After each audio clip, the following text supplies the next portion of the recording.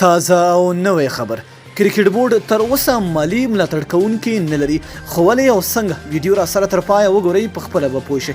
ګرانو زړه ته رانږدې مینوالو، یو ځلې بیا مو په سلامونو هرکلی کوم.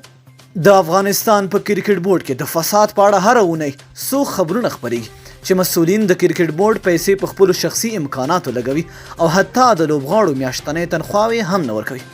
افغان لوبډله په راتلونکي میاشت کې د ویسټ انډیز سره 3 ورځې 3 ورځنۍ او یوه 15 ورځنۍ لوبې لري، خو کرکټ بورډ تر اوسه مالي ملاتړ کوونکی نه لري او دغه لوبې هم د افغانستان په کوربتوب په هندوستان کې کیږي.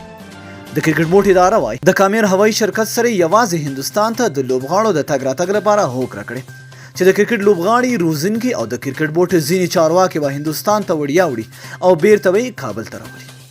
د کرکټ بورډ په خبره شوې خبرپاڼه کې ویل شوي د افغانستان کرکټ بورډ او کامیر خصوصي هوایي شرکت ترمنځ پرون د ویسټ انډیز سیالیو لپاره د هوایي سفرونو په ډګر کې د ملګرتیا یعنی ایرلاین پارټنرشپ تړون لاسلیک شو چې پر بنسټ به د کامیر هوایي شرکت د یاد سفر لپاره د افغانستان له ملي لوبډلې او کرکټ بورډ له کارکونکو سره د ټیکټونو په برخه کې له کابل تر نیو ډیلی او له نیو ډیلی تر کابل پورې همکاري کوي.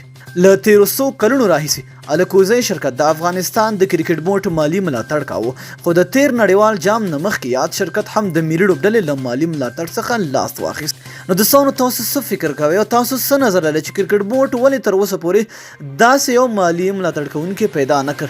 لاندې به کمنټ کې راسره خپل نظر شریک کړئ. تر بیا ښې چارې.